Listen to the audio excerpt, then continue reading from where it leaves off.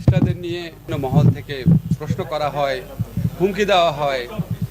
তো আমার কাছে তো এটা মনে হয় এটা আমাদের একটা উত্তরণ হয়েছে। আমরা আগের সরকারগুলোতে দেখতাম, আগের সরকারের আমলগুলোতে দেখতাম যারা সরকারের লোক থাকতো তারা রাজনৈতিক দলগুলোকে হুমকি দিত। আর এখন উপদেষ্টা পরিষদে থাকা লোকজনকে আপনার বিভিন্ন রাজনৈতিক দল বিভিন্ন পক্ষ থেকে ইচ্ছা মতো যা মুখে আছে সমালোচনা করা হচ্ছে, হুমকি দেওয়া হচ্ছে। তো এর তো ভালো, এটা একটা গণতান্ত্রিক উত্তরণ বলা যায়। তবে যারা রাজনৈতিক দল আছেন ওনাদেরকে একটু বলে রাখি যে একই ধরনের কথাবার্তা আবার আপনাদের সম্পর্কে কেউ বললে সেটা শোনার মানসিকতাও কিন্তু আপনাদের থাকতে হবে। আর আপনি যেটা বলেছেন যে আপনার সুপ্রিম কোর্ট সেক্রেটারিয়েট, এটা আপনি জানেন যে বিচার বিভাগীয় সংস্কার কমিশন যে আছে সেই কমিশনের অন্যতম প্রস্তাব এটা ছিল। আমাদের মাননীয় প্রধান বিচারপতি উনারও নিজেরও এটা সংস্কার ভাবনার মধ্যে আছে। আমরা এই লক্ষ্যে অনেক দূর কাজ করেছি।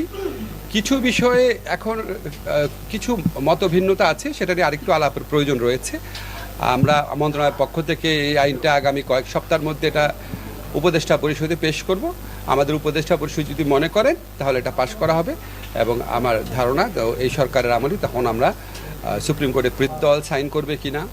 আমার কাছে মনে হয় সমস্ত রাজনৈতিক দল ওনারা যেই নিষ্ঠার সাথে এই পুরা প্রক্রিয়ায় আলোচনায় অংশগ্রহণ করেছেন, তারপর মানে ঠিক জানি না ওনারা কি করবেন, কিন্তু আমি বিশ্বাস করি ওনারা এই নিষ্ঠার একটা ধারাবাহিকতা হিসাবে জুলাই চার্টারে সাইন করবেন। কারণ একটা কন্টেন্ট নিয়ে জুলাই চার্টার হচ্ছে, মূল মতভেদ তো বাস্তবায়ন পদ্ধতি নিয়ে, তো সেটা তো আর সাইন করা হচ্ছে না, সাইন করা হচ্ছে কন্টেন্ট মানে জুলাই চার্টারের বিষয়বস্তু নিয়ে।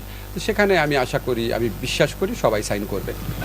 আর লাস্ট প্রশ্ন করেছে নির্বাচন নিয়ে আশঙ্কা বা মতভেদ, এটা তো আপনারা দেখবেন যখন এই ধরনের অন্তর্বর্তীকালীন সরকার হয় সবসময় কিন্তু এই প্রশ্নটা থাকে নির্বাচন কি আসলে হবে নাকি, যেহেতু খুব সাংবিধানিকভাবে সুনির্দিষ্ট না দেখে।